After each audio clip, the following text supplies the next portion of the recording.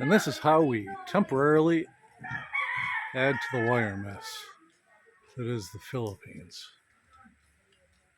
A temporary solution to get internet over to Chona's house is to piggyback off of her brother's. So,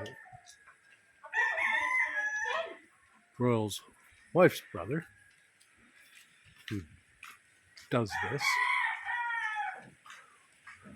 wired up a 30-meter patch cable, which is wound around the wood, flies across, 10 pole, anything else that's a mess, and then shoots across for a temporary line.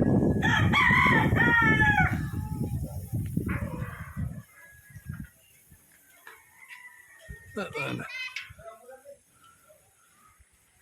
held by the two lamps and in a window. Temporary. For the next month or more. Which means forever in the Philippines. Because if it works, why make it better?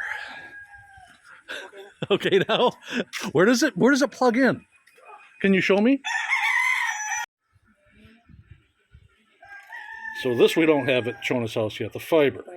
That'll be run at a later date with the uplink modem, then connected into an Ethernet switch. And now this is our connection here that shoots across the street to Chona's house.